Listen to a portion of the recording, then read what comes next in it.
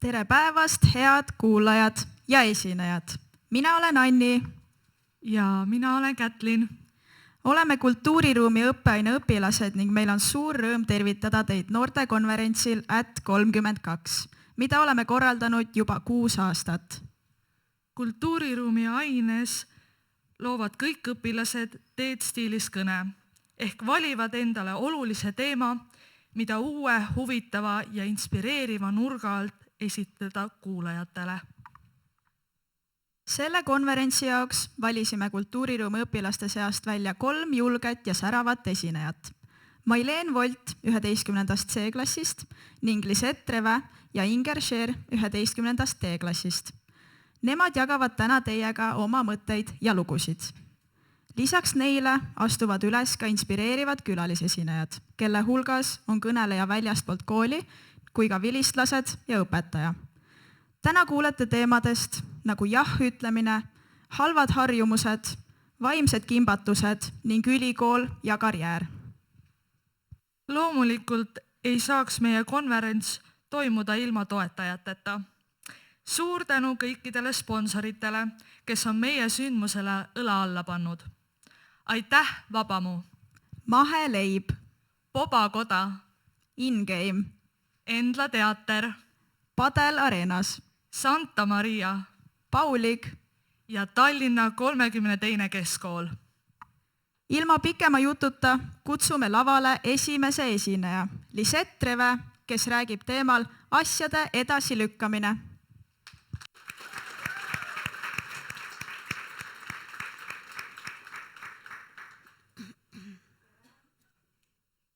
Tere, armas publik!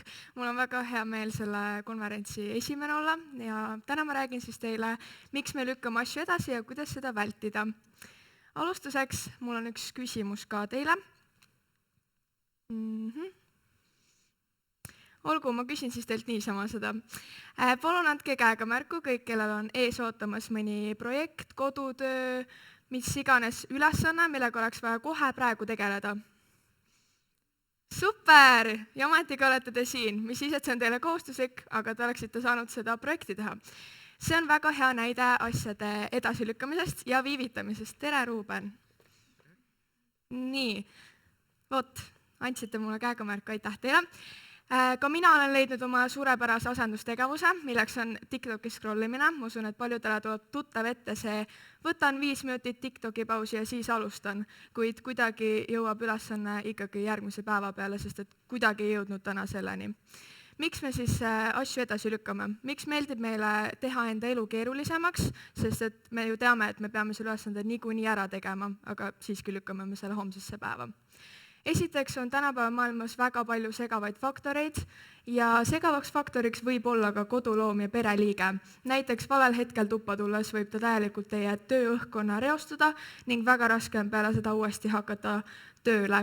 Ja nagu ka juures olevat pildilt näha, siis paljud teist vaatavad jätkuvalt seda koerapilti, mitte mind, nii et tähelepanu on väga lihtne ära viia. Mida, miks? Kuidas, millal, kellega, kas on siis ülesannete kohta käivad küsimused, et väga paljud, ma arvan, on tulnud seda, et ei saa täpselt aru, mis me peame kodutööks tegema või mida me selle projektiga peame tegema ja see on väga suur põhjus, miks me asja edasi lükkame, sest et tundub, et äkki ma saan sellest homme paremini aru, kuigi tõenäosus sellel on suhteliselt nullilähedane ning palju lihtsam on lihtsalt küsida kohe selgitust ning teha see ülesanne täna ära. Kolmandaks, võib-olla veidi veider, aga perfektsionism on väga suur põhjus, miks inimeste asju edasi lükkavad. Perfektsionistid nimelt ei kannata teadmist, et nad ei saa selle ülesandega perfektselt hakkama ning seetõttu toimubki ülesande järgmises päeva edasi lükkamine, sest äkki ma homme saan sellega paremini hakkama. Kuid perfektsionistid tunnevad suuremat stressi selle ees, et neil on ees ootamas ülesanne, mida nad ei ole juba alustanud ning seetõttu on nende jaoks asjade edasilükkamine veel raskem kui mitte võib-olla perfektsionisti jaoks. Ning neljandaks on energiapuudus. Usun, et paljud meist on tundnud talveperioodil koolis käies tunnet, et ma ei saa üldse aru, miks ma praegu siin käin, et õues on ju pime ja külm ja tahaks kodus teki all teed juua, aga ometigi peame me koostama konspekte, esitlusi ja kõike muud. Kahjuks on meie kliimas see periood umbes 6 kuud, kus ei näe päikest kordagi, nii et kevadesse asjade lükkamine on pea võimatu. Võimalik, aga mitte eriti kasu toov. Palun andke käega märku, kui te nõustute minu väitega. Kui keegi annab mulle ülesande, mille tähtaeg on 2, 3 või 4 nädala pärast, ei hakka ma sellega kindlasti lähima nädala jooksul tegelema. Väga tore, terve saal. See näitab, et me oleme siin kõik lühiajalised mõtlejad, mis on eriti sage siis tiheda graafikuga inimestel. Ehk siis, kui ülesanne ei ole mulle ohtlikult lähedal, ehk siis homme, võin ma sellega ju tegeleda järgmisel nädalal, kuid see samuti tekitab meis suurt ärevust ja stressi, teadmine, et kuskil taga ootab mind ülesanne, millega ma peaksin tegelema, on veel hullem kui see, et ma ei tee seda täna ära. Samuti, kas te olete mõelnud sellele, et kui õpetaja annab ülesande tähtajaks 2 nädalat ette, siis võib-olla on sellel põhjus ning seda ei saa teha päev enne. Aga ärge muretsege, kõik ei ole nii pime ja kole, kui ma praegu teile rääkisin. Ma nüüd näitan teile, kuidas sellest harjumusest natukene vabaneda. Esiteks, proovi blokeerida kõik segavad faktorid, ehk siis oma telefon, koduloom teise tuppa, pereliige uksest välja, et sul oleks see kindel tööõhkkond, et keegi sind ei segaks ja nii on palju lihtsam enda graafikuga järel püsida. Teiseks, ülesannete etappideks jaotamine. Usun, et te olete kõik kuulnud kevadest seda ütlust, et kui ei jaksa tervet rehkendust teha, tee pool.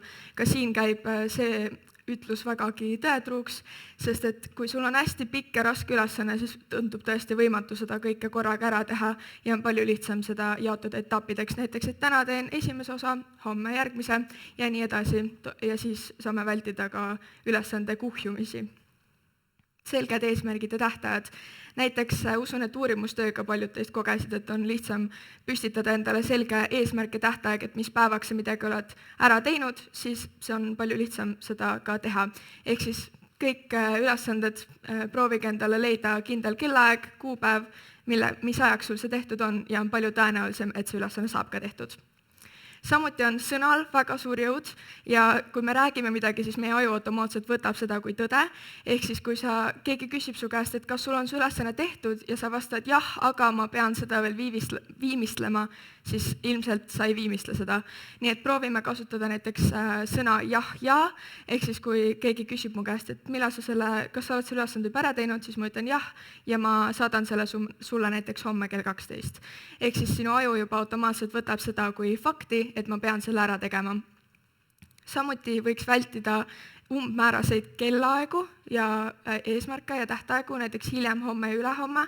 Ilmselt need asjad ei saa tehtud hiljem, sest et see on väga suur ajamäärus ning sinna sisse mahub väga palju, kaasa arvatud TikTokis olemine. Ehk siis proovime ka kasutada sõnu näiteks teisipäeval kell 12, ehk siis kindel kellaaeg ja kuupäev. Mida siis meeles pidada? Proovime siis asju ja eesmärke endale seada, täpselt kuupäeva ja kellaajaliselt, nii on palju lihtsam enda jaoks kõik ülesanded ära teha ning samuti proovime hoida ennast ise järje peal, ehk siis kui keegi tuleb sind segama, siis saad kindlasti öelda talle, et ei ole vaja hetkel minuga rääkida, ma teen tööd. Tänan kuulamast ja loodan, et te saate kõik homse peale lükatud ülesanded ikkagi täna tehtud.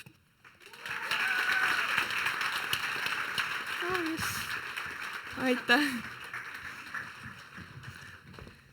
Suur tänu, Lisett! See oli tugev avalöök meie tänasele päevale. Teisena astub üles meie kooli vilistlane Eva-Liis Läll, kes kõneleb gümnaasiumi lõpetamise ja ülikooli teemadel.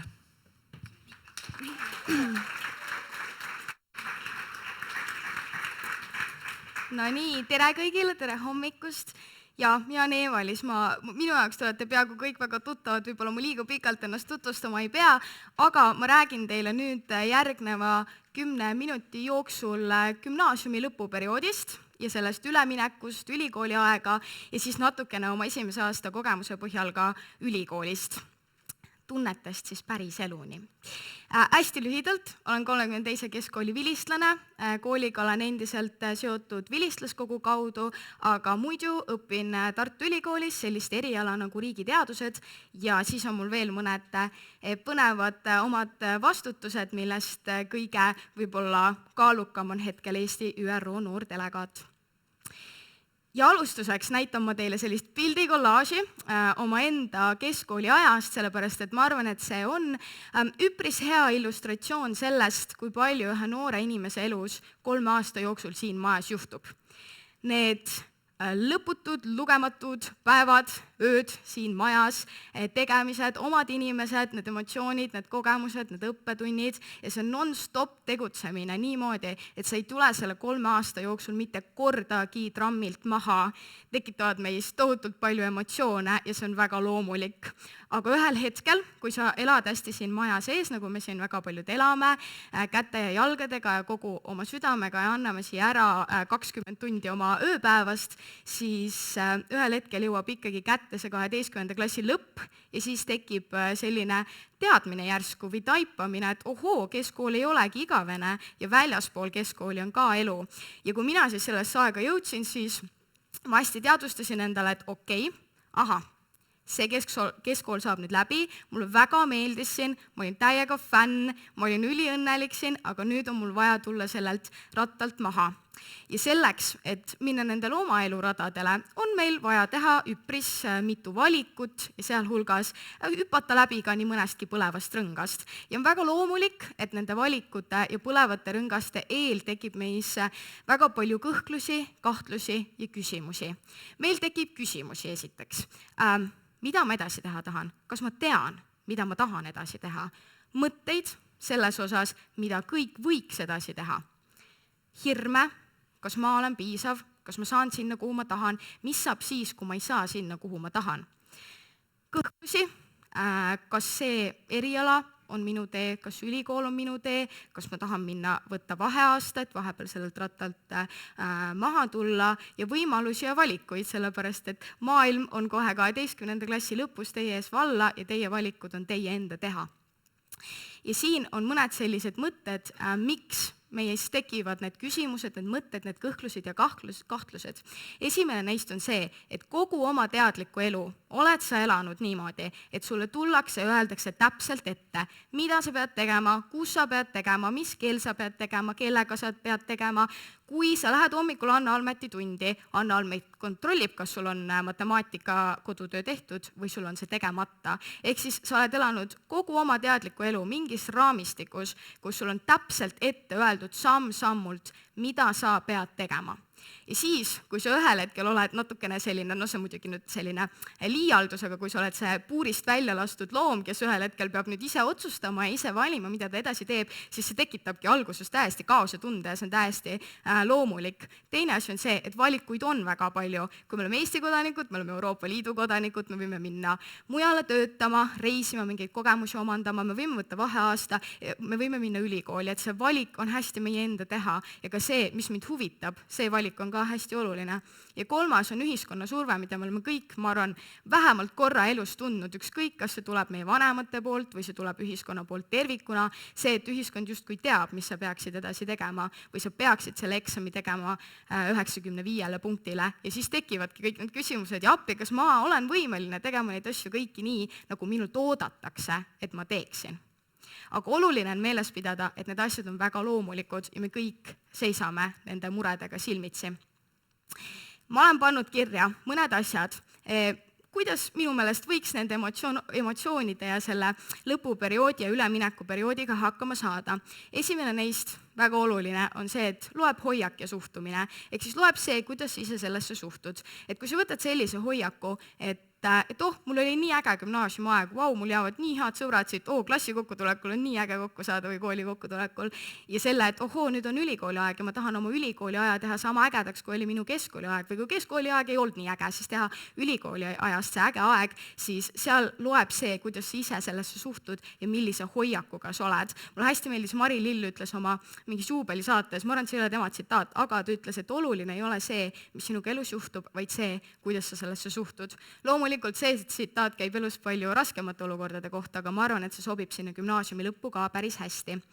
Teine asi, võta aega, et harjuda selle uue situatsiooniga, sellepärast, et see on väga loomulik, et pärast keskkooli minnes ülikooli, su elu muutub nagu täielikult nii sellest ma ei tea, kus sa elad, kellega sa elad, mis linnas sa elad, mis on see sisu, sinu see kooliõppe sisu, et see on väga suur elumuutus ja selleks tuleb endale teadlikult võtta aega. Mina näiteks pärast keskkooli läksin oma maakoju, istusin kuu aega, mõtlesin elu üle järele, kõigepealt seedisin läbi selle, mis keskkoolis kõik juhtus ja siis vaatasin, et mis siis tulevikus saab. Ja kolmas väga oluline asi on, et ole julge ja proovi, usu endasse, et ei ole mõtet iseennast kuidagi nagu maha suruda, et ma ei saa hakkama või et usu endasse, selline positiivne sisekõne on siin väga oluline ja see julgus minna ja proovida ja kui öelda, et ma tahaks olla osa sellest asjast, ma kandideerin sinna, et julgus minna ja proovida ja katsetada. Isegi kui alati ei õnnestu, sest alati ei saagi õnnestuda. Ja viimane on see, et pole oluline, mis teised teevad, et ära vali kindlasti oma ülikooli või oma teed selle järgi, mida teevad su klassikaaslased või lähemad sõbrad, sest kui sa lähed kellegi teise teed pidi, siis sa ei saa minna oma enda teed pidi. Ehk siis, kui sul Tartu nagu üldse ei meeldi ja su sõbrad lähevad kõik Tartusse, see ei tähenda, et sina pead minema Tartusse ja vastupidi. Et tuleb uus eluetapp, tulevad ka uued sõbrad, vanad jäävad, aga su tutvusringkond laieneb. Minu võib-olla selline suurem mõte täna on see, et ülikoolis saab luua enda ümber täpselt sama ägeda elu, kui meil siin keskkoolis igapäevaselt on, et toimub mingi tormamine ja korraldamine ja kogu aeg asja ajamine, aga et selle jaoks on vaja suhelda, olla julge ja minna hästi positiivselt sellele uuele eluperioodile vastu. Minul on siin lihtsalt pilte mingitest oma seltsiasjadest ja mingitest ülikooli hetkedest. Ja siis ühel hetkel sa näitadki juba seda uut kollaaži aasta aega peaaegu pärast seda, kui sa lõpetasid, mitte enam seda vana, kus olid need keskkooli playboxid, vaid siis näitad juba järgmisi pilte, kus sa oled mingis talvelaagris või kuskil Riigikogus tööga tutvumas, et varsti on sul lihtsalt uus pildikollaaž. Ja siis selle slaidi moraal on see, et olge hästi julged igale poole kandideerima, et mina tundsin ülikooli kõrvalt, et mul on nagu veidralt nagu palju aega, et vanasti oli nagu niimoodi, et läksid 8 kooli ja siis mingi 6 aeg tulid ära, nüüd on nagu mingi 2 loengut päevas, et aeg on nagu natukene üle. Ja siis ma kandideerisin ÜRO noordelegaadiks ja muidugi ma ei arvanud, et ma selleks kas saan, aga selle slaidi moraal on see, et kandideerige, te kunagi ei tea, kas te saate või te ei saa, on alati võimalus, et sa saad, on alati võimalus, et sa ei saa, aga kandideeri ja proovi, sest nii tulevad sinu ellu mingisugused uued tuuled ja ägedad võimalused, nagu näiteks mul on siis Eesti noorte esindamine ÜRO-s. Ja siis ma tõin välja 2 sellist mõtet, et mis võib-olla sellel perioodil on kõige keerulisem ja mis on kõige toredam. Kõige keerulisem on, ma arvan, olla julge, sellepärast, et kui sa sinna ülikooli lähed, siis alguses on ikka see, et ma hoian käed kõrval, ma olen hästi rahulik. Saan hakkama. Et ei ole liiga valija, ei ole liiga vaikne, et püüan nagu olla siin massi sees. Et selles mõttes, et julge on olla hästi raske alguses, sellepärast, et seal on äärmiselt intelligentsed professorid ja õppejõud, kellele sa vaatad alt üles, sest nad on lihtsalt nii intelligentsed ja sul on nende vastu nagu selline aukartus ja teisalt sul on nagu kõik need uued kursusekaaslased ja kõik mingid uued asjad ja siis sul on nagu see, et kuidas ma nüüd sellesse uude keskkonda sobin, kes olen mina siin uues keskkonnas, selles uues seltskonnas, mis on minu roll siin. Et see võtab aega, aga et selleks, et ennast sinna kuidagi ilusti sisse sulandada ja hästi tunda, tuleb olla julge. Ja kõige ägedam on see, et sul on tõesti nii palju võimalusi, mida teha, nii palju võimalusi, kuhu minna, millest osa võtta, et see võimaluste rohkus on kindlasti midagi, mis meie põlvkonnal on palju laiem, kui oli meie, ma ei tea, vanemate ja vanavanemate põlvkonnal ja seda tuleb kindlasti endale teadvustada. Ja siis räägin veel keskkooli ja ülikooli vahest, et mis on nende nagu kõige suuremad erinevused. Üks suurimaid erinevusi on see oma aja planeerimine. Keskkoolis on niimoodi, tund hakkab kell 8, tuled kohale, eks ju, päev lõpeb kell 4 ära, siis teed oma kodused asjad, hommikul uuesti sama asi, on ju. Siis ülikoolis on ikkagi see, et sul ongi päevas paar loengut, võib-olla mingid muud tegevused, aga selle, kuidas sina oma aja planeerid, on täiesti sinu valik. Aga see tähendab muidugi ka vastutust ja kohustust seda aega ka päriselt planeerida, nii et sa oma asju tehtud saaksid. Teine asi, mis ma pean tunnistama, et mulle meeldis keskkoolis rohkem, on inimestega ümbritsetus. Et keskkoolis on hästi loomulik see, et sa näed oma klassi iga päev. Või siis tuleb sulle koridoris vastu Kerstin Vessik, kes juba särab nagu diskokera on ju teisel pool koridori, räägite ka paar sõna juttu ja päev ongi korras. Et seda võib-olla ülikoolis nii palju ei ole, et lähed küll sinna loengusse, suhtled ikka, aga sa oled väga palju rohkem üksi asi, mis muidugi toetab seda sisekaemuse osa, aga võib-olla sul ei ole kogu aeg seda mingit sellist inimeste superenergiat ümber. Ja kolmas asi on see, et mis on hästi tore ülikoolis jällegi, et seal koonduvad sarnaste huvidega inimesed, ehk siis kui mina õpin riigiteadusi, siis sinna on tulnud inimesi, keda huvitab ühiskond, poliitilised süsteemid, rahvusvahelised suhted ja see loob sobiva pinnase erinevate arutelude ja ka vaidluste tekkimiseks ja see sarnast huvide koondumine on ülikoolis väga kihvt. Ja siis ma arvan, et seda teile kuskil on räägitud ka, võib-olla olete kuulnud, et kodutööde ja eksamite mahukus, et keskkoolis on niimoodi, et teed oma kodutöö ära ja siis lähed tund ja mingi O2 ülesannet, siis ülikoolis on nagu igasugune kodutööde ja eksamite maht nagu väga palju suurem. See ei ole niimoodi, et mul on homseks mingi töö ja siis ma täna alustan. Ma alustan tavaliselt nädal aega varem, et ma saaks nagu niimoodi tükkide kaupa teha ja päriselt selle asja nagu kvaliteetselt ka valmis. Ja eksamite puhul samamoodi, et kui sa siin koolis teed mingit kontrolltööd, sul on mingi 3 lehekülge asju pähe õppida, ülikoolis 20 lehekülge nii väikse tekstiga, et lihtsalt see nende tööde mahukus, mida sa pead tegema, on tohutult palju suurem.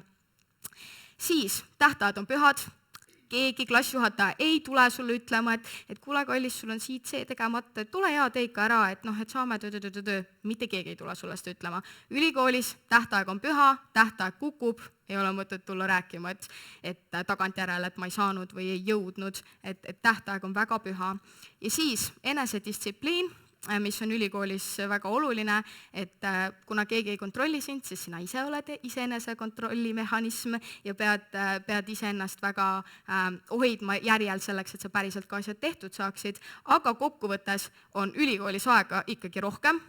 Olen väga nautinud võimalust hommikul rahulikult süüa ja kohvi juua ilma selleta, et ma peaks kella 8 kuhugi jooksma, nii et see, et aega tekib rohkem, on olnud väga positiivne. Ja millega ma lõpetan, on see, et 32.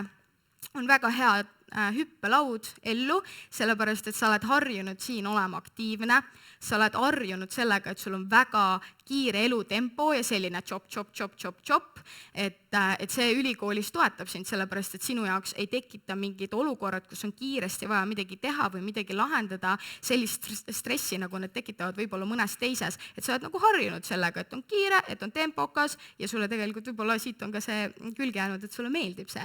Ja inimestele meeldivad elavad inimesed, et minu meelest siia majja tulevad alati kokku sellised säravad, ägedad noored, kes tahavad midagi teha ja ka elus hiljem ka, et need säravad silmad ikkagi loevad, et kui sa oled selline elav inimene, siis sul on lihtsam ka ja avatud inimene, siis sul on lihtsam ka arendada teistega oma suhteid.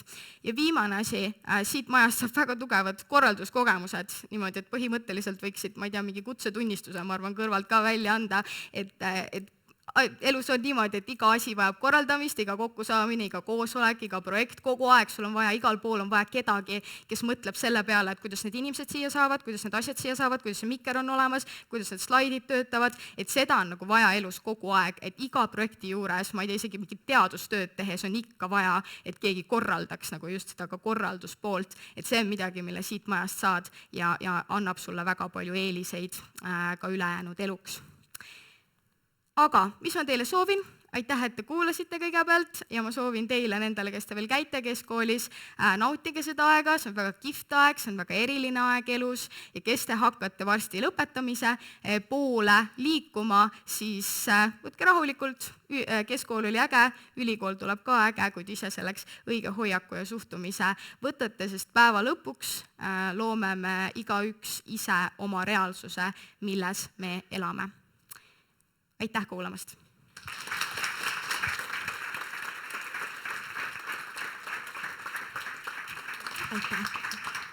Suur tänu Eva-Liisile. Meie 2 esimest esinejat on teinud imelised etteasted.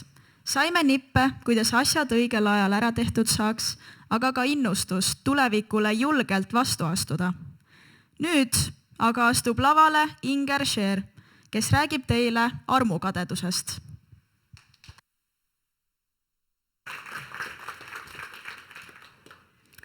Tere! Kõigepealt ma tahaksin öelda, et seal, kus on armukadedust, puudub usaldus ja vabadus. Tere! Mina olen Inger Scheer ja mina räägin teile, mis on armukadedus ja kuidas sellega toime tulla.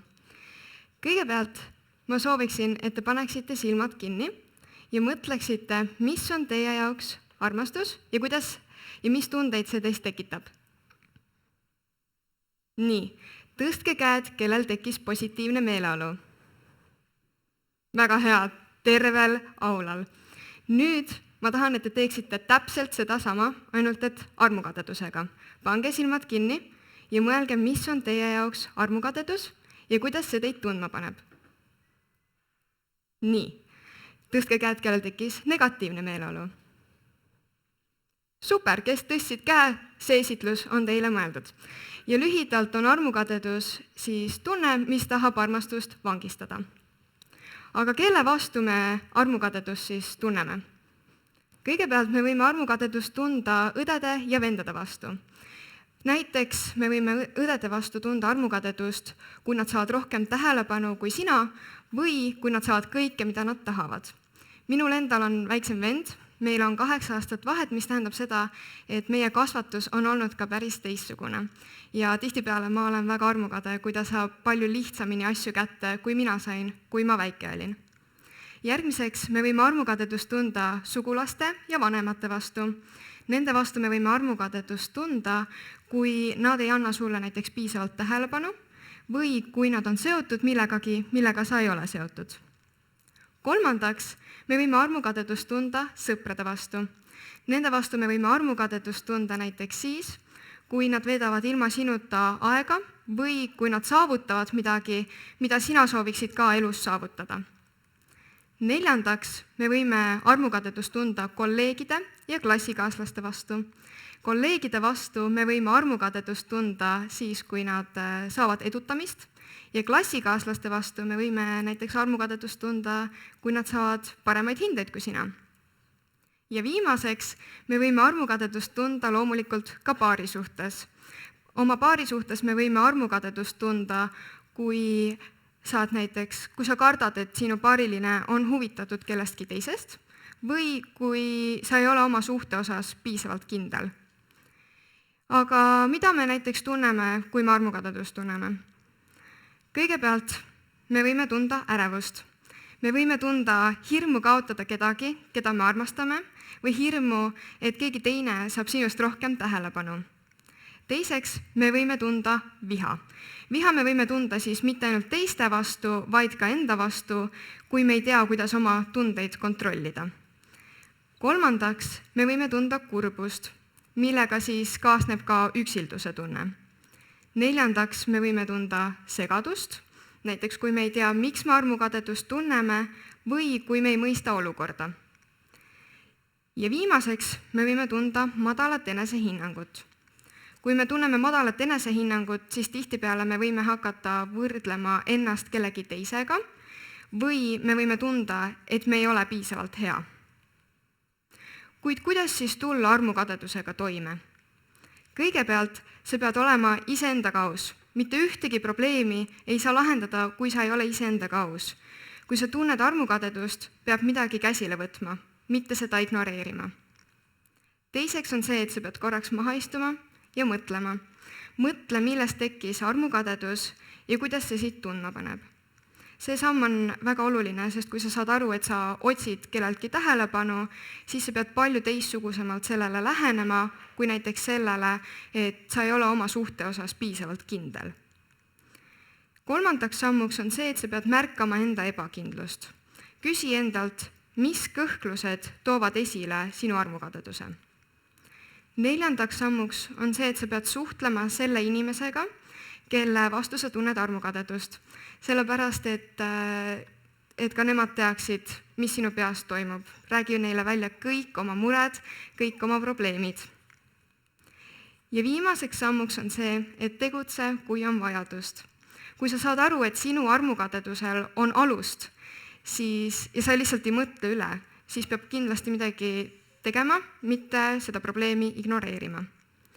Ja lõppsõnaks ma ütleksin, et armukadedus on väga loomulik tunne, me kõik tunneme armukadedust ja natuke armukadedust on okei, aga kui asi läheb üle käte, siis peab kindlasti midagi ette võtma. Aitäh!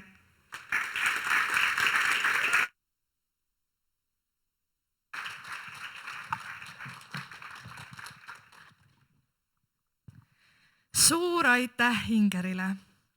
Meie 2 esimest Nüüdseks oleme ära kuulanud 3 huvitavat esitlust ning jäänud veel 4 esinejat. Kuid enne seda küsiksime paar küsimust meie kuulajaskonnalt. Tere, mida oled sina uut tänase päeva jooksul õppinud? Kindlasti seda, et kuna mul on endal komme, et ma ütlen, et ma teen järgmine nädal ära, siis peab panema mõne kindlama aja, sest järgmine nädal kestab pühapäevani ja siis pühapäeva õhtul läheb juba natuke kiireks. Ja ma arvan, et me kõik tunneme natuke stressi, et mis saab järgmine aasta, kui me siit majast lahkume. Aga Evalis tekitas tunde, et tegelikult pole nii hull ja kui sa oled julge, siis läheb kõik hästi elus. Ning kas sa oled ise nende 3 kuuldud teemaga ka lähedasemalt veel nagu kokku puutunud? Ikka, laiskus on meil kõigil sees ja muidugi kadedust ka tunneme me kõik, et kui kellelgi ikka läheb milleski, milles sina oled hea paremini, siis ega ei tekita head tunnet. Suur aitäh sulle vastuste eest ning annan sõna tagasi Kätlinile. Meie kooli õpilane Maileen Volt toob meieni teema usaldus ja lahtilaskmine.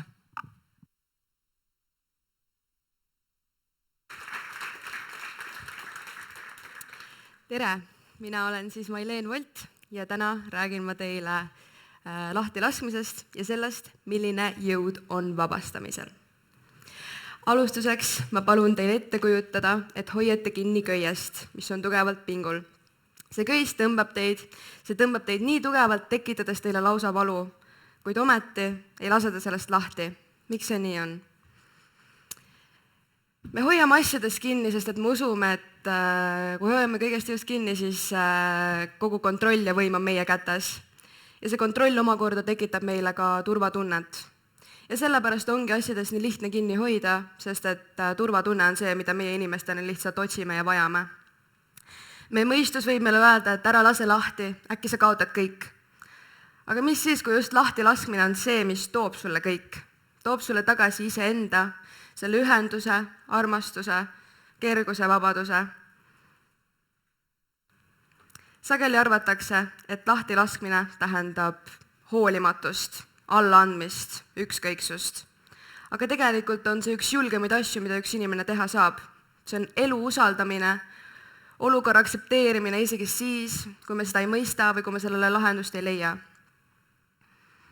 Seega, mida rohkem sa elu usaldad, mida rohkem sa ennast aktsepteerid, seda kiiremini hakkab elu sind aktsepteerima. Kas sa oled kunagi üritanud püüda liblikat? Me kõik teame, et mida rohkem sa talle järele jooksed, mida rohkem sa teda kätte üritad saada, seda kaugemale ta sinust ka lendab.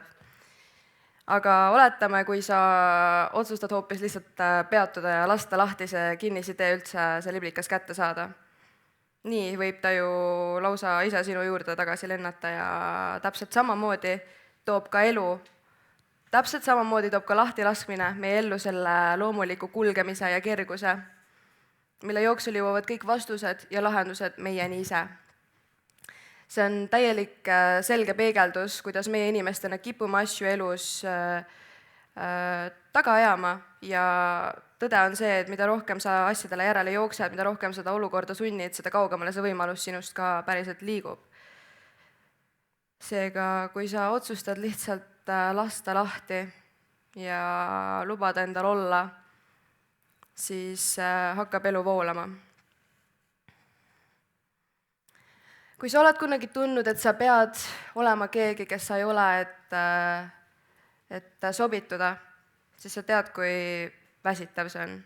Ka mina olin kunagi inimene, kes üritas aastaid olla keegi, kes ma ei olnud ja ma üritasin sobituda seltskondadesse, kus ma ei olnud tegelikult oodatud ega tahetud. Aga see ei viinud mind ilmselgelt kuskile. Ma üritasin neile meeldida, ma üritasin neile muljet avaldada, ma vaatasin neid inimesi alt üles ja ootasin, et nad mind aktsepteeriks. Nüüd ma muidugi tean, et asi oli tegelikult selles, et mina iseennast veel ei aktsepteerinud.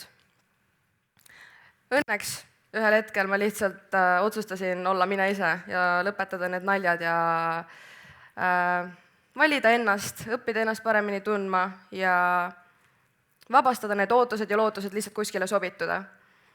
ja mitte pikemat aega hiljem tõi elu minuni uued ilusad inimesed, kellest said mulle väga lähedased ja kallid sõbrad. Ja see sai juhtuda vaid tänu sellele, et ma otsustasin lõpetada maski kandmise ja hakata lihtsalt enda hinge järgi elama ja ennast tundma õppida päriselt ja lasta endal olla inimene, kes päriselt ka lihtsalt alles õpib ennast armastama ja väärtustama. Ja see kõik toimib nii, kuna autentsus on magneetiline. Kui elad ausalt ja siiralt enda tõekspidamiste vastu, ilma hoolimata sellest, mis teised ühiskond sinust ootavad ja arvavad, siis saad sa päriselt hakata elama, sest et sinust on nüüd saanud see magnet. Sest et autentsus tõmbab sulle seda ligi.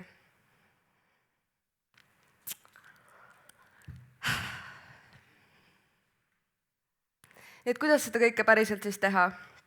Kuidas päriselt lahti lasta? Sest et see ei ole ju lihtsalt üks suur dramaatiline pauk, et nüüd ma lasen lahti ja ongi kõik. See on igapäevane sisemine töö, see on praktiseerimine, enda kuulamine, austamine ja usaldamine. Seega, kui siin midagi vaevab, siis lihtsalt küsi endalt, et mis on see,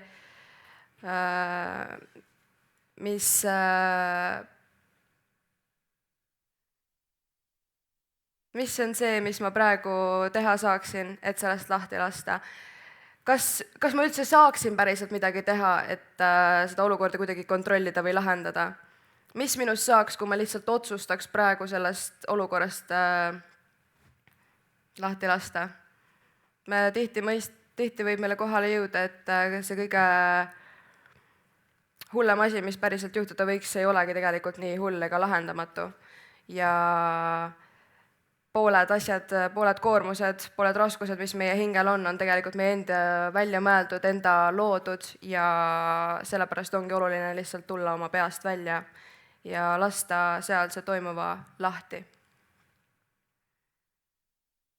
Mida rohkem seda kõike praktiseerid, mida rohkem sa endasse usud, mida rohkem sa ennast päriselt kuulad ja austad, seda suuremad ja paremad muutused saavad ka sinuni päriselt jõuda. Viimaseks, lõpetuseks tahan ma teid jätta ühe viimase küsimusega. Mis on see, millest sina täna ikka veel kinni hoiad? Mis on see, mis sind enam ei teeni, kuid mida oled unustanud ennast kandma? Ma tahan, et visualiseeriksite, füüsiliselt tunnetaksite, kuidas see koorem teie kehast lihtsalt maha valgub. Kujutage ette, et see lihtsalt haitub praegu õhku. Ja tundke seda tunnet, mis teist tekib. Kas see on rahu, kas see on kergus, kas see on vabadus, ruumi tekkimine millegi uue ja parema jaoks. See on see tunne, mida ma loodan, et te olete valmis endale looma, sest et lõppude lõpuks see kõik on teie enda töö, teie enda valik, kas te olete valmis tulema tagasi sellesse vabadusse.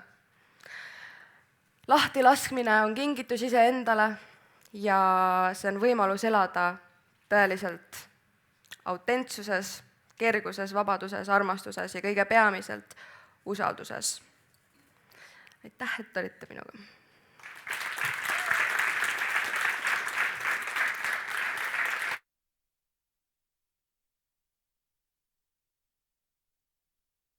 Suur tänu, Maileen!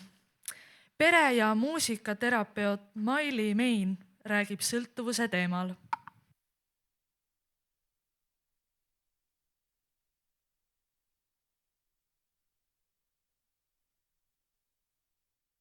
Kui ma saan klikkeri ja mikrofon hakkas tööle juba, siis mulle lihtsalt öeldi, et ma olen natuke hiljem, aga väga hea, nii. Aha.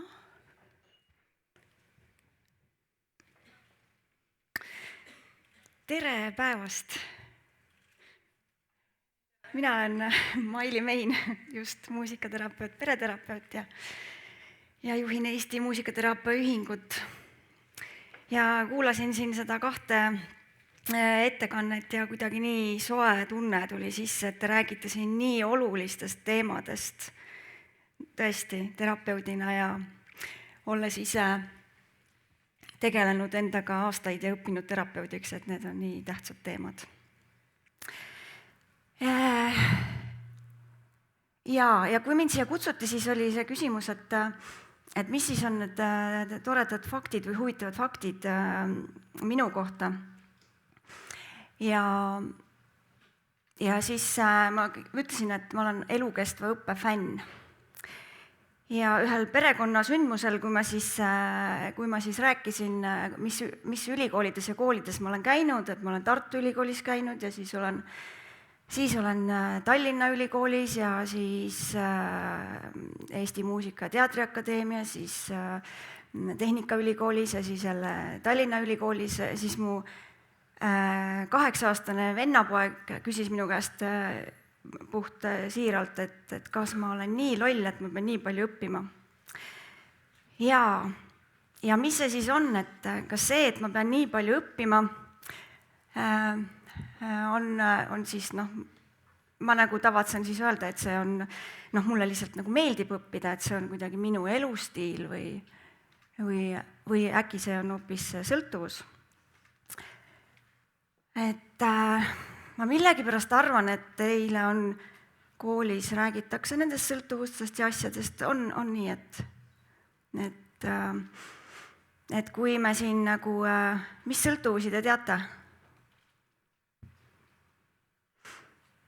Ühesõnaga, ma kujutan ette, et see ei ole teile uus teema, eks ole, et on, kui me sõltuvustest räägime, siis esimesena tuleb pähe see, et on erinevad igasugused narkootilised ained, alkohol, ehk siis nii sellised ained, mis on keelatud kui ka lubatud, kohvi, suhkur,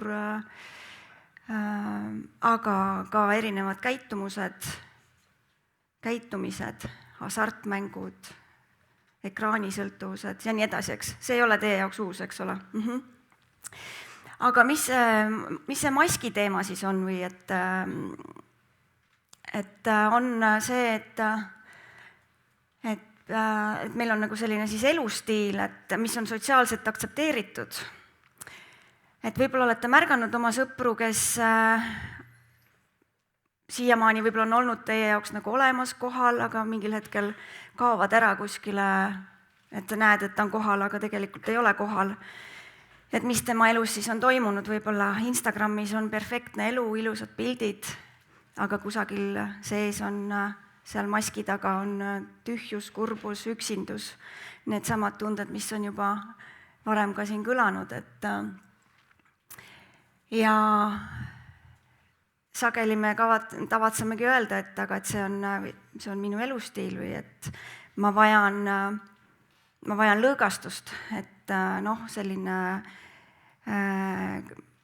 mingi jook õhtuti või siis kanep või poob või kuidas te seda ütlete, et ma ei hakka siin küsima, eks ole, et kes on siin proovinud mingisuguseid aineid, aga millegipärast ma kahtlustan, et paljud on meist proovinud erinevaid aineid, kas lihtsalt proovimise eesmärgil kambas kuskil olles või siis on sellest kujunenud juba selline toimetulekuviis.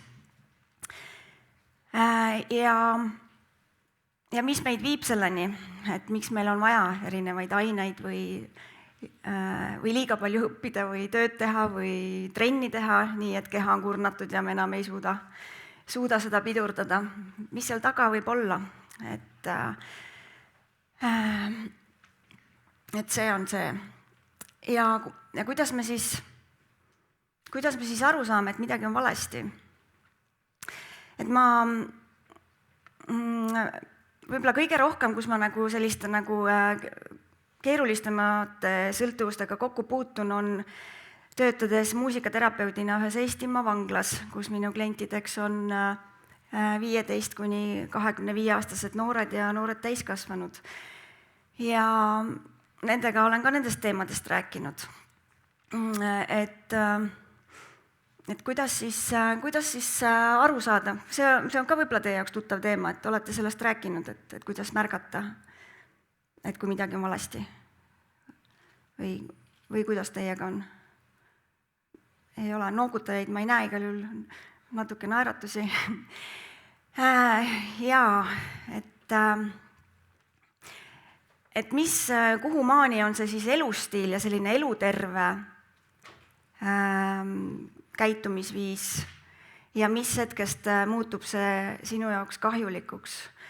Et kui märgata seda, et kas ma hakkan seda peitma, kuidagi varjama, valetama, ei taha nagu seda väga tunnistada, et see, mida ma teen, on minu jaoks kahjulik, et siis on see üks märk, millest aru saada, et võib-olla midagi valesti.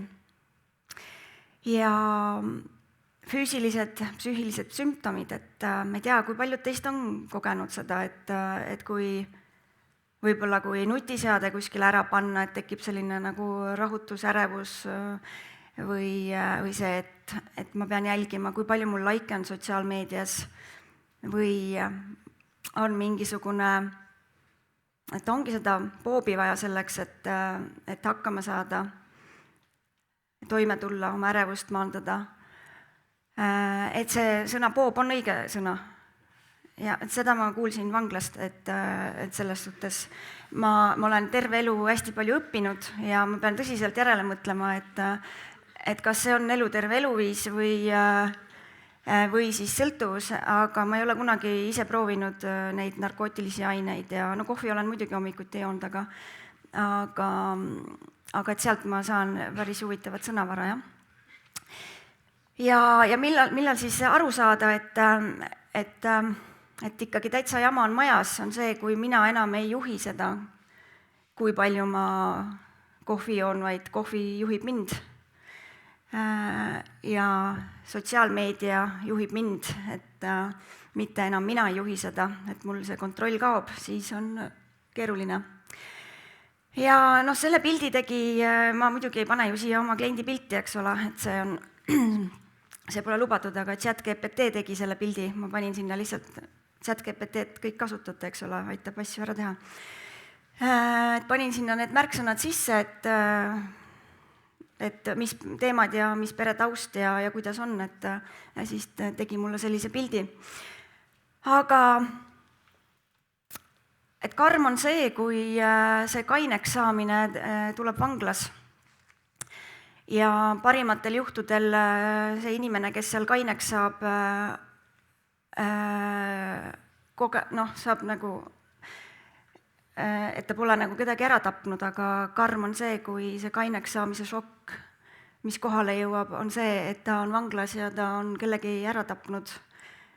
Ta on teinud teo, olles ainete uimas, olles seda juba väga pikalt, kus reaalsustaju on täiesti kadunud. Ja see on traagiline mõlemale poolele. Me mõistame ühiskonnas muidugi hukka selle, kes on sellise ränga teo teinud, aga see traagiline on see mõlemale poolele. Ühes peres on keegi hukkunud, teises peres istub poeg vanglas. Ja noh, kui nad seal kaineks saavad, siis on muidugi lihtne rääkida, et kui sa otsid sõpra kanepist, siis on see üsna libe tee. Ja see on selline nagu tõsine mõttekoht, et kaineks saades on hea öelda, anda nõu teistele, et ära proovi üldse, et kui sa endast hoolid, siis kui inimene, kes endast hoolib, ütleb, et mul ei ole seda vaja, aga olles tänaval, kogedes võib-olla just sedasama üksinduse tunnet, seda tühjuse tunnet, mis sageli viib selliste sõltuvusteni ja abi otsimisena just nagu seda teed pidi, siis sellel hetkel on seda raske endale tunnistada ja kusagilt teist kaudu abi otsida. Ja mida kliendid ütlevad ka, et mis selleni viib, et see nagu üksinduse ja tühjuse tunne, mis sageli tekib sellega seoses, et ei ole võib-olla perekonnas sellist lähedust ja tuge ja inimesi, keda usaldada, kes kuulaksid, mõistaksid ja oleksid olemas. Ja lihtsam on siis jällegi öelda, et see igapäevane väike uimasti on minu elustiil. Ja mida siis teha? Siin eelnevalt ka kõlas, et lahti laskmine, eks, või ausus iseendaga. Jube raske. Ma olen 47-aastane, ma ikka õpin veel ausust, iseendaga aus olemist või sellist nagu aktsepteerimist, aga ma loodan, et teil on nagu rohkem šansse, sest te juba räägite täna nendest teemadest. Mina hakkasin nende teemadega tegelema, kui ma olin mingi 30+ äkki. Et nagu teadlikult, et siis mul on küll nagu südames hea tunne, et teil võib-olla läheb kiiremini see iseenda aktsepteerima õppimine ja aus iseendaga olemine ja ma arvan, et sellest kõik algabki, et kui ma suudan peeglisse vaadata ja endale tunnistada, et mul on probleem ja see mõjutab minu elu, nii et see mõjutab minu tervist. Et ma saan aru, et te olete juba väsinud siin, haigutusi näen, aga ma kohe lõpetan. Ja see üksi jäämine, et ära jää üksi ja ära jäta oma sõpra üksi. Sageli võib juhtuda, vahel võib juhtuda nii, et meil nagu see üksi jäämine võib nii lihtsasti tulla ka kõikide sellistes nagu musterperedes. Võib see juhtuda nii, et selline emotsionaalne üksindus tekib. Ehk siis anna märku kellegile, keda sa usaldad. Või koolis psühholoogid, sotsiaalpedagoogid, anna oma sõbrale märku ja anna märku, et sul on mure. Ja tugevus on abi otsida, rääkida. Ja selle kaudu võib-olla on võimalus ka jõuda selle lahti laskmise ja aktsepteerimiseni. Julge eristuda. See on ka hästi oluline, et just nimelt kampades, et kui me ei saa oma perekonnast seda lähedust ja tuge, siis tänavaelu kampades võib seda nagu vahel nagu lihtsamini võib-olla leida, aga seegi on natukene libe tee. Ehk siis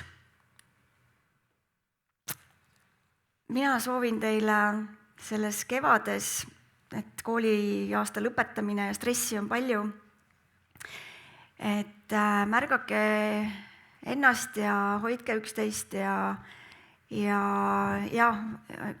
üks soovitus tuleb veel, et kui ma seal vanglas ühe kliendi käest küsisin, et mida tema siis soovitaks noortele, et siis et pigem tehke siis ikkagi trenni, et mitte nagu sõltuvuseni välja, aga et kui on võimalik narko asendada trenniga või et siis see on natukene nagu tervislikum ja mina soovin teile mõnusat saabuvat suve ja mina siis lähen õppima, see on minu toimetulekuviis, et ma õpin hästi palju.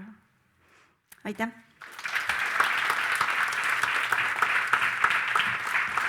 Aitäh! Suur aitäh, Maili! Nüüd aga palume teie ette Sam Schmidti, keda paljud teavad artisti nimega Sam.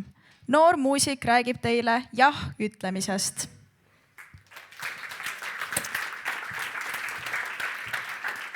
Tere, kas te kuulete mind? Okei. Te ei tundunud, ma siin 2 esinemist jõudsin ära kuulata. 32 omad nagu peaksid olema natukene jutukamad, natukene julgemad, aga ainuke asi, mis naermajas oli Bob, super. Jaa, ma mõtlesin pikalt siin mitu päeva, et kuidas ma seda esinemist teen. Aega ei ole palju, 10 minutit. Ja et üldse millest ma räägin. Ma võib-olla alustan sellest, et mul oli täna hommik oli üliaeglane. Ma tundsin ennast nõrgana, sest lihtsalt kuidagi, kus ma nüüd selle kokku võtan, kõhus keeras, nõrk oli olla, kotid olid silmal ja mul siiamaani on see sama emotsioon. Seega ma vabandan, kui see esinemine ei ole võib-olla kõige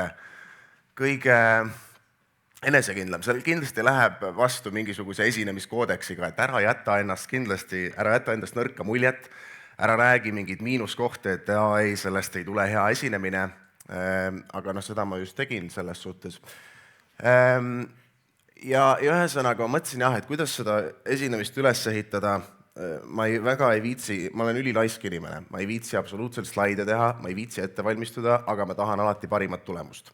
Mis ei käi nagu jällegi väga kokku üksteisega, et ma olen laisk, aga samas ma tahan parimat tulemust. Ja siis ma mõtlesin, et okei, ma ei hakka mingit teooriat rääkima, sest omal ajal ma mäletan, kui ma kuulasin esinemisi, ma vihkasin teooriat. Ma ei viitsinud kuulata, kuidas keegi räägib, et kuidas asjad võiksid olla, vaid räägi oma elukogemusi, kuidas sina oled elanud, mida sina oled kogenud ja nii edasi, et need jõuavad palju paremini kohale. Ühesõnaga pealkirja ma panin kirja siia, ütle jah. Järgmine küsimus, mis ma mõtlesin, teil võib tekkida, et millele? Nii, tekkis see küsimus. Vahet ei ole, et ei lasta olla. Millele? Siin on väga lihtne vastus, peaaegu kõigele. Kõikidele projektidele, mis teil ette tulevad, teie vanuses ma soovitan öelda jah. Ma räägin siin nüüd enda kogemusest kohe, et ühesõnaga ma ei oleks täna siin teie ees siin laval praegu ka, kui ma ei oleks sellele asjale jah öelnud. Ma olen esinenud, ma arvan tänaseks üle 400 laval, laulnud, inspireerinud väidetavalt, rääkinud investeerimisest, millest kõigest muust veel. Ja siiamaani on see väike ärevus sees, et issand jumal, et ma ei tea, et kas see läheb ikka peale, kuidas see meeldib neile. Ja selle terve teema keerise keskmes on uuesti see ütle jah, siiamaani, mida ma endale korrutan, sest see arendab. Kui sa tuled siia lavale, see ei pea olema, eks ju, lavale tulemine, see on see, et kas sa lähed, võtad osa näiteks õpilasesindusest, keegi pakub sulle, et kuule, et tule õpilasesindusse, sulle meeldib alapoliitika ja mul on tunne, et sul on mingi sära sees. Ütle jah, tule, lähme proovime, katsetame, sest kõik need katsetused, need jah ütlemised, põrumised, edukad momendid, kus sa tunned, et sa säradki, sul tuleb mingi asi hästi välja, siis see kõik on tänu sellele, et sa ütledki jah, väga lühidalt. Miks ma ütlesin seda, et ma ei oleks täna siin? Väga lihtne. Ma ei oleks näiteks oma esimest intervjuud ju kunagi teinud, kui ma ei oleks sellele jah öelnud. Ma mäletan, ma olin 11. ja 12. klassis, Raadio 2 pakkus mulle intervjuud. Kunagi veel oli siin selline matemaatikaõpetaja nagu Liivi Kõss, ma ei tea, teda vist osad teavad, väga tore. Siis pagan oma vaip. Ühesõnaga ma mäletan, et ma läksin kooli ajast intervjuule ja siis minu matemaatikaõpetaja kuulas koos õpilastega minu intervjuud matemaatikatunni ajal. Võib-olla teda sellepärast siin enam ei olegi, et oleks pidanud õpetama. Ei, aga näiteks see näide ka, et ma ilgelt kartsin. Ma praegu kuulan seda intervjuud järele, kusjuures minu käest küsiti ka, et kas noored tarvitavad kanepit seal. Ma olin 11. klassis. Mina ei tea, kõik noored kindlasti mitte. Või Bob, said kanep. Said aru? Okei, super.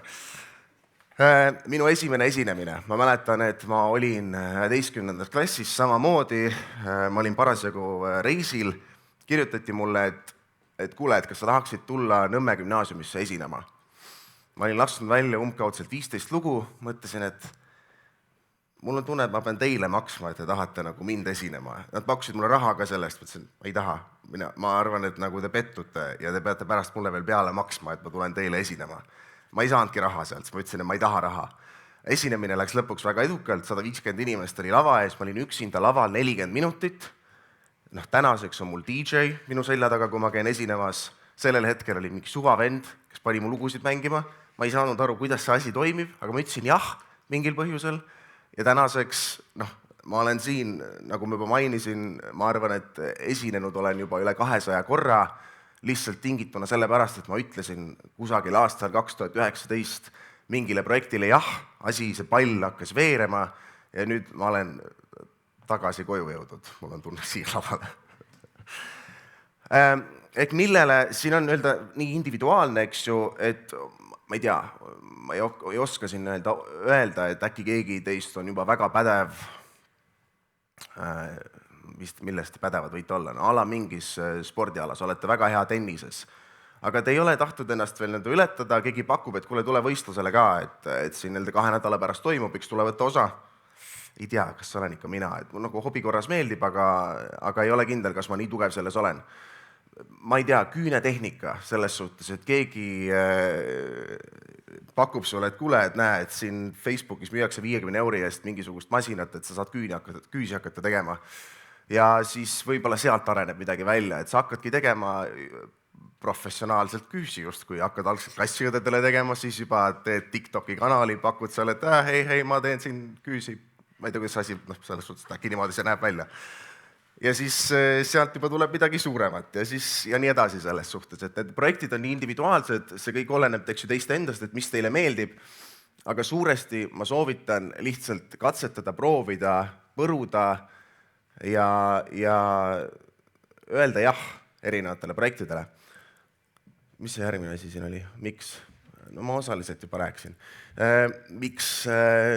Sest see on mõistlik. Ja siis ma mõtlesin, et ma räägin lihtsalt enda lugu, eks ju, muusika osas ma rääkisin juba, esinemised, esimene intervjuu, esimene esinemine, sisuloome maastikul samamoodi. Ma siiamaani, küsimus, tõstke käsi, kes on näinud minu TikTok'e?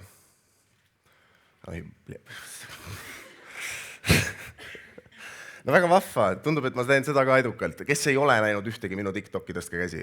Eeva Kalbus. Sul ei ole TikTok'i, saatke Eevale, laadige video alla ja siis saatke talle. Sa näitasid, et ei või? TikTok'i, okei, selge. Väga vahva, sellega sama lugu, selles suhtes, et ma just vaatasin, et ma eelmine aasta postitasin kokku vist äkki 230 TikTok'i. Ma teen palju rohkem TikTok'e kui muusikat, ma ei tea, kas see on hea asi või halb asi. Aga mulle meeldib neid teha, sest kunagi ma taaskord 11. klassi, üleüldse minu elu muutus väga siis, kui ma tulin 32. keskkooli, et ma ei tea, kuidas teiega, aga minu jaoks oli see täielik kannapööre minu elus. Ma just tegin ühe intervjuu ka kuskile ja ma ütlesin, et see on minu elus minu arust kõige tähtsam otsus, mis ma teinud olen, et ma tulin enda vanast koolist, siis 32. keskkooli, täielik keskkonnavahetus ja ühesõnaga üks kõige suuremaid otsuseid minu elus. Kuhu ma tahtsin jõuda, sisuloomega samamoodi. Kui ma tegin selle esimese TikTok'i ära, minge pekki, kui cringe oli, uskuge mind. See ei olnud, mul oli nagu, mitte süda saapas ääres selles suhtes, aga nagu jõle raske oli olla, kui ma ikka seda enda videot nägin. Räägid enda vetsus kuskil iseendaga. Ja ma siis, ja nii edasi, see tundub nagu üliveider. Aga ma tegin selle ära, sest ma tegelikult tundsin, et see on äge. Esimesed videod kindlasti ei olnud ägedad, aga ma mõtlesin, et okei, suva, ma teen seda, tegin veel, kuniks lõpuks hakkas see asi nagu aina edukamalt toimima, inimestel aina enam meeldisid mu videod ja tänaseks on 2 miljon laiki hiljem ja 30 miljonit vaatamist, mida kõike muud, eks ju, et ma sain aru, et see ühesõnaga meeldib mulle ja see on ka võib-olla kust see alguse sai, oli see, et 11. klassis, lugu, mida ma enne tahtsin ka rääkida, ma tegin oma sõpradega, klassivendadega igasuguseid idiootseid videoid, me niisama tegime mingisuguseid, ma toon ühe näite, üliveidraid videoid, kus me määrime üksteisele hapukoort reite peale ja siis me filmisime seda üles ja see läks oma sõpradele, mitte avalikkusele, sest niisuguseid asju ei saa, mina enam ei saa avaldada, te võib-olla saate, kui te tahate. Ja sealt kuidagi sai aru, et okei, need nagu naljakaid, humoorikaid videoid mulle meeldib teha, mulle meeldib klouni mängida ja TikTok on selleks perfektne keskkond. Investeerimisega samamoodi. Palju mul aega on? Keegi teab või? Räägi rahulikult, okei, super. Investeerimisega samamoodi, kui ma olin Kaitseväes, aasta vist 2020, kes seda enam mäletab, siis me olime kõik koroonas. Me olime kõik kasarmus lukku taga, mitte keegi ei saanud meie juurde tulla ja üks minu kaitseväekaaslane hakkas investeerima. Mina seal samamoodi mõtlesin, et mingi igav teema, sealt tegelikult ei ole võimalik mingit raha teenida, täiesti mõttetu asi on see investeerimine. Ja siis päev läks mööda, mõtlesin, okei, me niikuinii passisime seal hommikust õhtuni, meil ei olnud mitte midagi teha. Mõtlesin, okei, just kui näiliselt ütlesin jah, kuid ma ei läinud tema juurde, et jah, see niimoodi ei näinud välja selles suhtes. Aga ma ise endale peas ütlesin, okei, ma proovin, et vaatame, mis sellest saab. Sai väga tragikoomiline lugu, sest ma panin seal 50 eurot sisse alguses, siis mõtlesin, et mis vend investeerib 50 euriga, panin veel 250 euri sisse, siis panin veel 500 eurot sisse, see kõik juhtus paari tunni jooksul. Siis ma helistasin EMPSile, kuule, mul on seal sularaha vaata kapi taga, et kanna see mulle pangakontole ja võta see sularaha sealt endale. Ja siis lõpuks ma panin veel 1000 eurot sisse, siis ma panin veel 1000 eurot sisse ja lõpuks ma olin seal paari tunniga pannud 2500 eurot sisse, sest ma pidasin ennast professionaaliks ja ütlesin jah. Ja siis sellest 2500 eurost ma tegin ühe paari nädalaga peaaegu 10 000 eurot. Ja siis juhtus nagu see asi, mis ikka juhtub, et ma ärkasin kell 2 öösel üles, vaatasin neid Bitcoini graafikuid ja mulle vaatas otsa minu 10 000 euro asemel 250 eurot. Eks ma kaotasin kõik ära. Üliäge lugu oli. Ma olin öö enne või päev enne rääkinud EMS-ile, et kuule, et kui ma Kaitseväest ära tulen, siis ma ostan Järve tornidele korteri ja ma kolin välja. Ma ei kolinud välja. Nüüd 5 aastat hiljem ma kolin välja ja mitte Järve tornide korterisse. Et ühesõnaga, aga mis õppetund sellest jahi ütlemisest oli see, et ma sain esimese kogemuse investeerimisega, ma võitsin palju, ma kaotasin palju, ma sain vastu näppe, ma sain isikliku kogemuse, mis on kõige tähtsam, eriti investeerimise juures, et sa ei põhine ainult teoorial, vaid sa saad ise ka vastu näppe ja saad aru, mis see päriselt tähendab seal. Ja siis ma hakkasin ikkagi hiljem uuesti investeerima, katsetama ja täna ma ütleks, et ma teen seda palju kaalutetumalt ja palju põhjalikumalt ja see meeldib mulle. Ma iga päev loen finantsuudiseid, sest ma sain selle kogemuse kätte ja see teema on kus need kadusid? No las ta alla, seal ei olnudki midagi erilist. Et ühesõnaga see jahi ütlemine on ülitähtis. Näete, vaat see hüppasin ette. Jahi ütlemine on ülitähtis. Ühesõnaga, te kõik märkate neid juba enda elu juures, ma arvan ka, et kuna te olete öelnud millelegi jah, kas see on mingi hobi, kas see on mingi trenn, kas see on mingi muu projekt, kas te võtate aktiivist osa õpilasesindusest, spordivaimust, kus iganes, siis ma tahaks uskuda, et see on teie elusid muutnud. On, ilmselgelt. Ma loodan, et 32 tulemine samamoodi. Teil ei olnud muud valikut praegu. Et ettevõtlus samamoodi hästi lühidalt. Ma ülikoolis kohtusin paari sõbraga, keda ma ei teadnud varem, vennad olid Raplast, ma ei teadnud, et siuke koht eksisteeribki üldse. Ja siis nemad rääkisid, et ta oli ühe oma teise sõbraga asutanud elektriliste tõukerataste ettevõtte nagu Bolt või nagu Tuul ja selle ettevõtte nimi oli Hoog, neil oli alguses 20 tõukeratast. Esimene aasta ma ütlesin talle, käi kukele, ma ei tule sinu ettevõttesse. Ja siis teine, ta ei pakkunud ka mulle, aga ma ajus mõtlesin niimoodi, et kui ta pakuks, siis ma ei tuleks. Ja siis teine aasta ta pakkus mulle ja siis ma ütlesin jah. Ja nüüd ma olengi seal 1,5 aastat tegutsenud, nüüd on teised prioriteedid minu elus, aga ühesõnaga see 1,5 aastat oli väga äge, sest ma saingi siukse väga otsese ettevõtluskogemuse ka. Ma sukeldusin teadmatusse uuesti, mina ei teadnud, kuidas elektriliste tõukerataste äri toimib. Pole siiani väga õrna aimugi. Aga ma sellegi poolest ütlesin jah, toimetasin seal väga ägeda kogemuse, sain terveks eluks uusi tutvusi, uusi kontakte, kes on mulle ülejäänud elus juba praegusel hetkel väga palju abiks olnud. Et ühesõnaga uuesti võib-olla taaskord see jahi ütlemine, ülioluline selles suhtes, ega sa ei mõtle sellele igapäevaselt, aga sa saad aru, et kui sul on mingi äge projekt, kui see ületab sind, kui see tekitab ärevust, stressi, siis igal asjal on oma piir, aga ütle jah, ületa see piir, isegi kui sa põrud, suva see, me kõik põrume. Me tunneme, et kõik jälgivad meid, kõik vaatavad meid ja ilgelt piinlik on olla või et keegi kindlasti märkas, et see et ma kukkusin läbi, mitte kedagi ei koti, usu mind, kõik keskenduvad iseendale, kõik mõtlevad ainult enda peale ja see on enda paratamatus selles suhtes ja ma ütleks, et see on lihtne viis, kuidas mõelda, et tegelikult ma toimetan enda elus ise, ma olen oma õnnesepp, ütle jah ja nii lihtne ongi. Super, nagu valatult sobis siia. Aitäh kuulamast!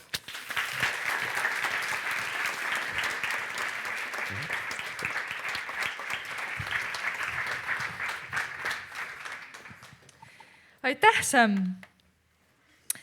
Nüüd astub lavale meie kooli vilistlane, ajakirjanik, õhtujuht, koolitaja ja DJ Brent Pere, kes kõneleb teemal, miks ei tasu kunagi suureks saada ja naiivsust kaotada.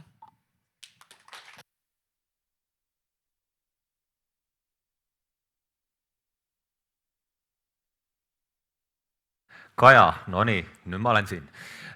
kuulasin seda Sämmi esitlust ja täitsa kena oli, ma nägin seda pealkirja ka, oli jah ütlemisest, ma siis räägin, et miks olla naiivne ja öelda jah, enam-vähem midagi sellist. Mul esitlust ei ole, ma olen endine raadiotöötaja ja siis alati panen panused 100% sellele, et slaide pole vaja.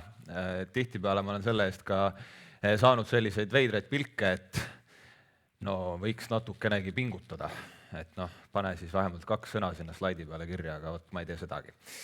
Ja ma räägin teile sellest, et miks ei tasu suureks saada, miks ei tasu naiivsust kaotada ja ma arvan, et mingil määral on see ka ood uudishimule, ehk siis miks tasub olla uudishimulik, katsetada erinevaid asju ja seejuures arvestada sellega, et tõenäoliselt läheb pekki või siis kui ei lähe, siis on päris tore. Ja minu taustas siis see tore loetelu oli täpselt selline seetõttu, et ma olen ajakirjanik küll, aga kuidagi on läinud niimoodi, et ma teen veel päris mitut asja. Ja selle põhjus on ka tõenäoliselt see, et ma olen naiivne ja arvan, et kõigega saab kuidagi hakkama. Et vahet ei ole, võtame kõik ette ja siis vaatame, et mis pärast endast järele jääb. Kuigi seejuures tuleb tunnistada, et ikkagi vaimsele tervisele tuleks ka tähelepanu pöörata ja seda ma ka proovin teha. Naiivsuses siis kuidagi käima minnes ja sellest samast uudishimust ja uudishimust mitte ainult seetõttu, et ma olen ajakirjanik ja mulle meeldivad uudised, vaid seetõttu, et ma olen väga himuline igasuguste põnevate väljakutsete osas.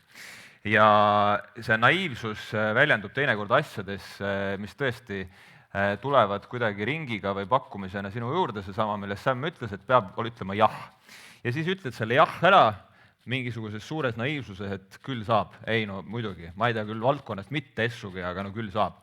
Hea näide on näiteks eelmisel aastal dokumentaalfilmis, mulle lihtsalt niimoodi veeretati ette, ma ei teadnud dokumentaalfilmide tegemisest mitte midagi, no tõesti, no null. Ei teadnud seda, et kuidas eelarve kokku pannakse või see, et kuidas see asi peaks kinno jõudma või mis iganes, aga öeldi, et näed, tee, et anname sulle raha ka ja ole sõber, tee ära. Siis mõtlesin seda projekti vastu võttes, et jaa, muidugi teen. Ja siis istusin selle otsas kuid ja sain aru, et kurat, ma olen ikka väga naiivne, et sellist asja niimoodi ära ei tee. Aga lõpuks kuidagi tegi. Samamoodi on nende naiivsete otsustega muidugi need vastuküljed.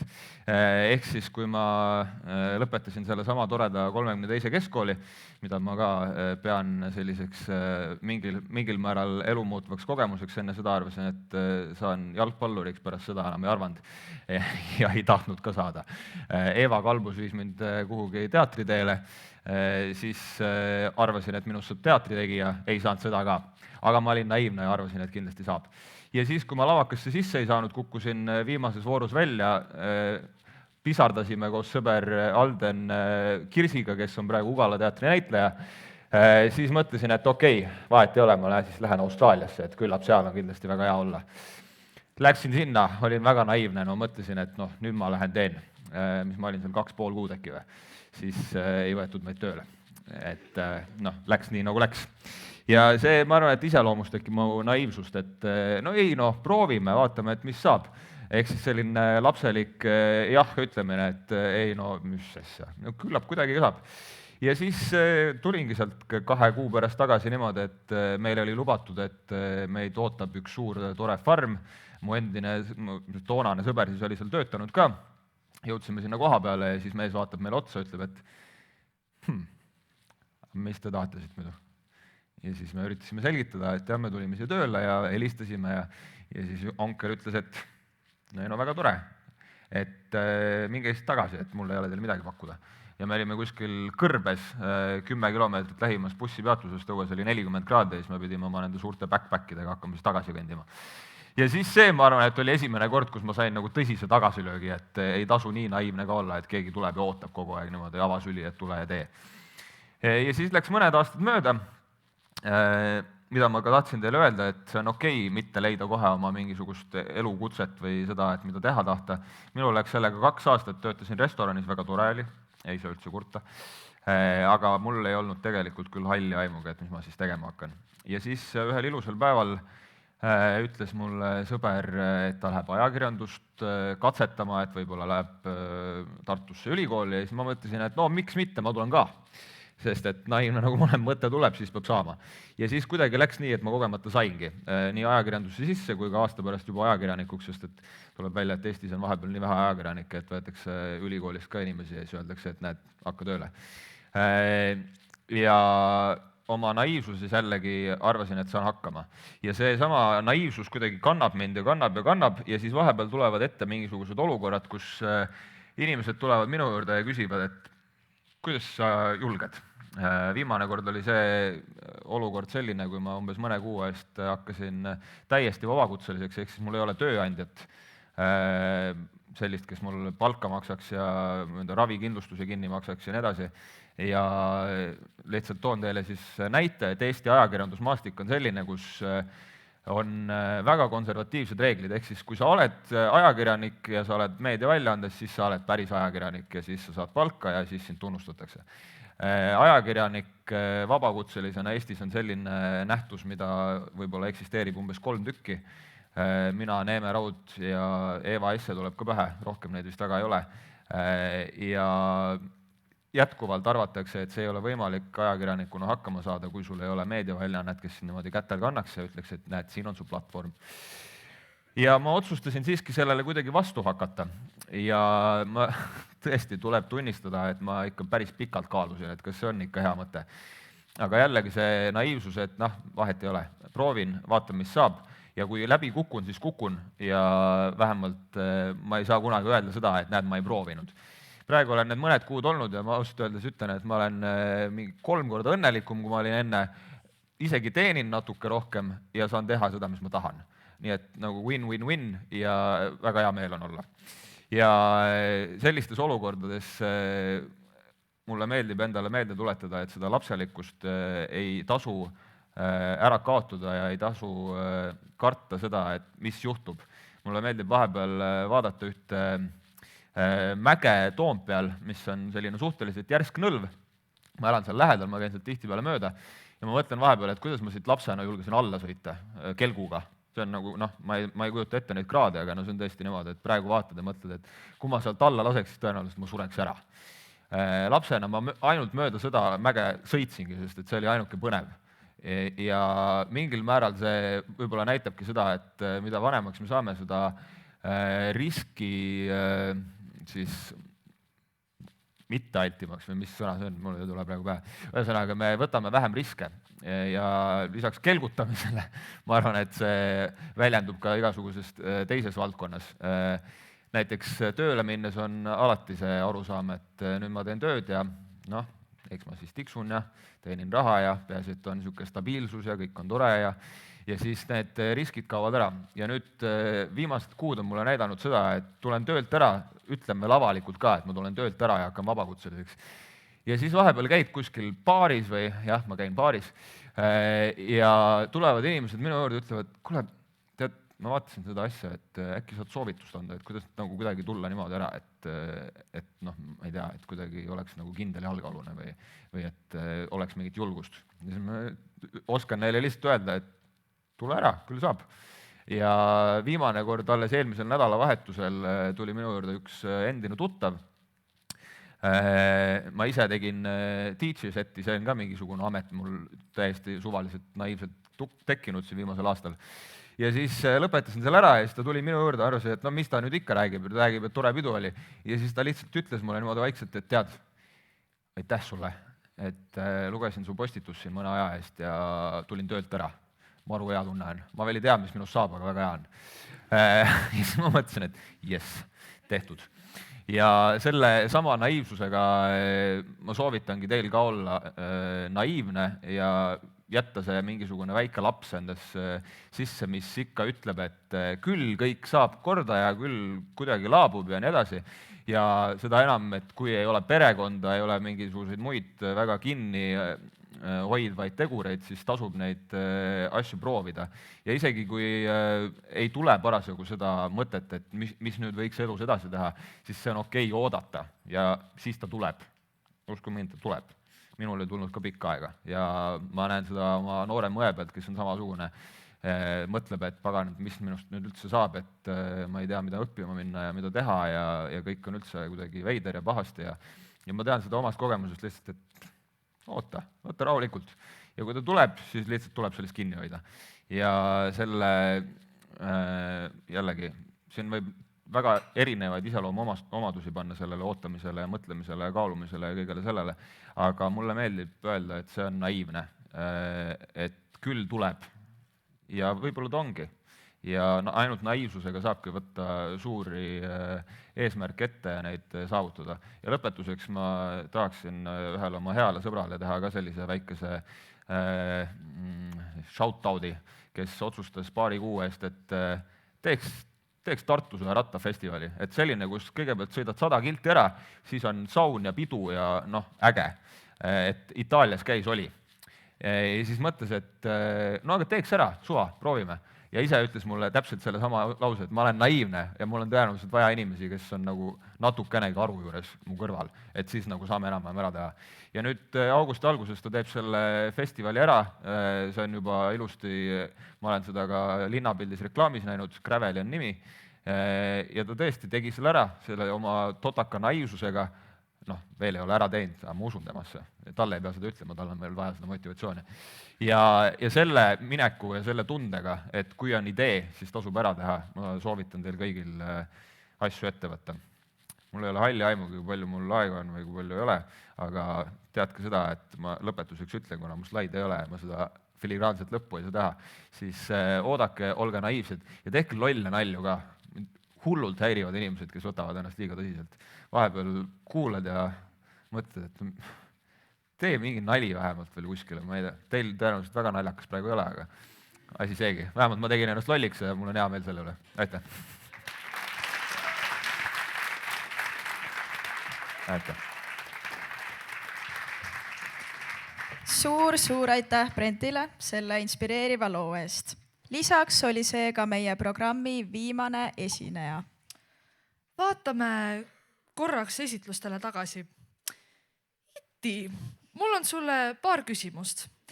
Kas tundsid ära midagi just enda elust tulenevalt eelmisest loost? Ja ma arvan küll. Mul on ka selline tunne, et kunagi olin palju rohkem selline vabam ja võtsin palju uusi võimalusi vastu, ei tundnud, et midagi on valesti või teen midagi valesti. Aga nagu kuidagi, kui ma nüüd järjest rohkem kasvan, siis muutun järjest rohkem vaoshoitumaks, et andis kohe motivatsiooni juurde, et laseks nüüd ennast vabaks ja siis tulevad ka võimalused minuni. Milline tänastest esitlustest kõige rohkem inspireeris ja miks? Mind inspireeris väga Eva-Liis esitlus. Mul on endal ka selline tunne, et ma ei tea, mida ma eluga peale gümnaasiumit peale hakkan, et see peab ju mingi lõpp olema, et siin on ikka nagu nii palju ja kõik on nii hästi. Aga see Eva-Liis enda lugu andis mulle nii palju rohkem motivatsiooni juurde, et väljaspool gümnaasiumit on ka tegelikult elu ja vist saab hakkama. Aga Merit, mis sind inspireeris kõige rohkem täna?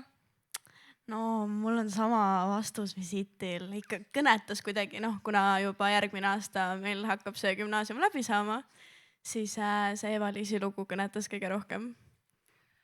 Aitäh teile mõlemale! Aitäh kõigile 7 esinejale ning teeme neile veel ühe suure aplausi.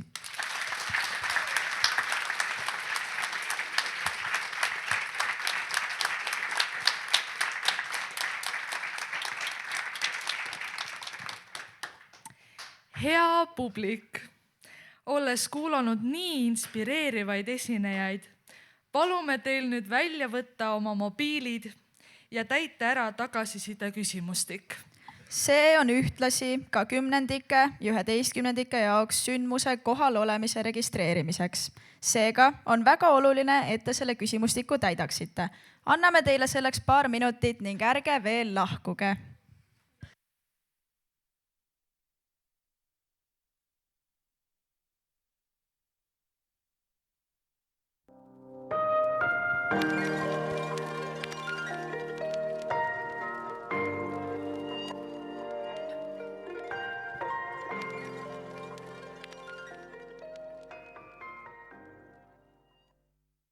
enne päris lõppu täname ka kultuuriruumi tunni välist meeskonda, kes meid täna abistasid.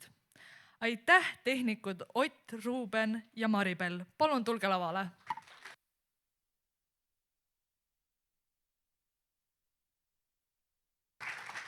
Plaksutame edasi, neil läheb aega.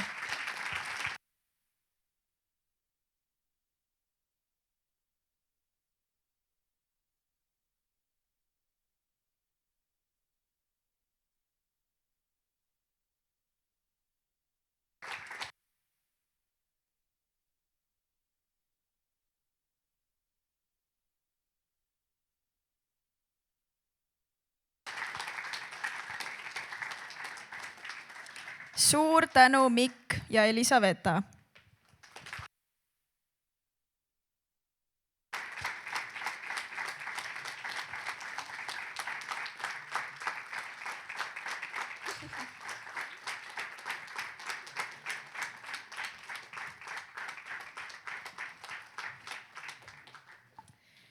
Ja meie abiline igal rindel, Mikk Vaikre.